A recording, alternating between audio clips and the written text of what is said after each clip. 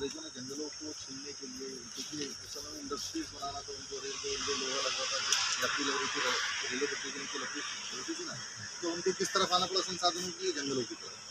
जंगलों में किसका अधिकार था? आदिवासियों का। तो इन्होंने आदिवासियों से संसाधन के लिए लड़ाई हुई, है ना। तो उसमें क्या हुआ, आदिवासियों ने इनके साथ बहुत संघर्ष किया। तो अंग्रेजों के समय में आदिवासी क्षेत्र के लिए अलग से एक कानून बना कि आदिवासी क्षेत्रों में वहाँ पे कोई डिस्टर्ब नहीं करेगा, कोई जाएगा नहीं, ऐसी बहुत सारी चीज़ें थी, है ना। तो वो जो कानून बना अंग्रेजों के समय 1930 के बाद भी, 1935 में भी बना, और उसके बाद जब देश आज़ाद हुआ अपना, अंग्रेज छोड़ के चले गए, तो संविधान में 5वीं अनुसूची के रूप में, है ना, धारा 244(1) के तहत एक प्रावधान लाया गया। अनुसूचित क्षेत्रों के लिए अलग से कानून बना। वहाँ पे आदिवासी क्षेत्रों की कानून व्यवस्था क्या होगी, वहाँ के काम कैसे होंगे, किस तरीके से होंगे, वो तय करने का अधिकार पूरे ग्रामीणों को दे दिया उन्होंने। मतलब कि गांव की जो ग्राम सभा बैठेगी, पहले के समय में मुकरदम हुआ करते थे, गांव के मुखिया, गांव की पंचायत बैठती थी, गांव के मुकरदम जो निर्णय लेते थे वो सर्वमान्य होता था। तो उसी आधार पर मतलब सभा बैठती थी, गांव के जो भी निर्णय होते थे, गांव के मुकरदम लोग बैठ के गांव में जो भी कुछ करना है तो गांव के लोग करते थे।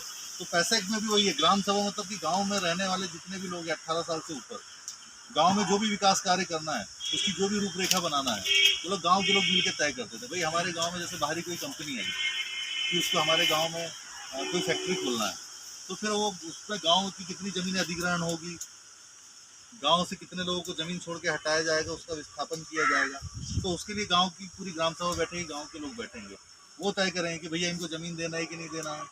अगर ज़मीन देना है तो जो बाकी लोग जो हटाएंगे उनको दूसरी जगह ज़मीन की व्यवस्था करके दो, है ना। या फिर हमारे यहाँ फैक्ट्री खुलने से हमारे हो सकता है कि प्रदूषण होगा, हमारे गांव में फैक्ट्री नहीं खोलना चाहिए भैया, तो गांव उसके से पूछा जाएगा। उसके बगैर कोई भी, गांव ने अगर नहीं बोल दिया तो सरकार भी कुछ नहीं कर सकती, ना राज्य की सरकार ना केंद्र की सरकार। मतलब कि ग्राम सभा सबसे बड़ी सभा होती है, जैसे विधानसभा लोकसभा होती है ना, राज्यसभा लोकसभा विधानसभा, वैसे ही ग्राम सभा। तो ग्राम सभा को इतना ताकतवर बना दिया था उन्होंने, आदिवासी ग्राम सभा को, कि उनके निर्णय के बगैर कोई भी काम नहीं होंगे। सरकार कोई भी नियम पारित कर दे, लेकिन ग्राम सभा ने अगर उसको निरस्त कर दिया तो सरकार भी वो काम नहीं कर सकती। ये बहुत सारे ऐसे हक अधिकार पैसा एक्ट में हैं। तो ये संविधान में था शुरू से ही, और उसके पीछे इसको लाने के लिए हमारे पूर्वजों का बहुत बड़ा योगदान था। लेकिन क्या हुआ, 70 साल में कांग्रेस की भी सरकार आई, भाजपा की भी सरकार आई, इन लोगों ने कभी भी उस कानून को इम्प्लीमेंटेशन में नहीं लाया। उस जमाने के जो अपने आदिवासी समाज के जयपाल सिंह मुंडा और फिर दिलीप सिंह भूरिया, कार्तिक उरांव, ऐसे कुछ कुछ आदिवासी थे उस समय में जो इन सब चीज़ों को जानते थे, पढ़े लिखे थे। तो उनके दबाव के कारण 1996 में पैसा एक्ट लागू हुआ मध्य प्रदेश के अंदर, 96 में लागू हो गया था। लेकिन उसके बाद भी आज 25 साल हो गए, 20-22 साल हो गए, उसके बाद भी उन्होंने उसके नियम अनुसार कोई भी मतलब कि कानून को धरातल पे लाया ही नहीं। वही 1996 वाला अभी जाके जयस के दबाव में पिछले 4-5 साल से जब डॉक्टर अलावा विधानसभा में पैसे की बात करने लगे, अपने अधिकारों की बात करने लगे, तो जाके अभी 15 नवंबर के दिन, वो बिरसा मुंडा जयंती के दिन, उन्होंने पैसा एक्ट लागू किया।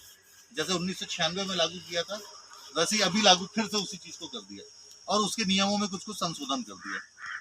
लेकिन आज भी उसके जो नियम है वो पूर्णतः नहीं है, उसमें भी बहुत सारी कमियां हैं। अभी तो केवल अपन ने इतना दबाव बना के लागू करवा लिया, ये अपने लिए एक बहुत बड़ी उपलब्धि है। अब उसमें नियमों में जो संशोधन है तो साल दर साल उसमें अमेंडमेंट होते रहता है ना। अपन चाहे समय के हिसाब से उसमें परिवर्तन होते रहता है। तो उसमें अपने बहुत सारे अधिकार है। जैसे गाँव में नदी है, वहाँ से रेत का उत्खनन करना है ना, तो उसके पट्टे वट्टे का काम आदिवासियों की ग्राम सभाओं के निर्णय के अनुसार होगा। अगर आदिवासी ग्राम सभाएं अगर चाहें कि वो खुद करना चाहें तो खुद कर सकती है। तो ऐसे बहुत सारी चीज़ें हैं। अपने यहाँ जो भी निर्माण कार्य होना है, जो भी विकास के काम होना है, उसमें ग्राम सभा तय करेगी भैया हमारे यहाँ क्या करना है क्या नहीं करना है।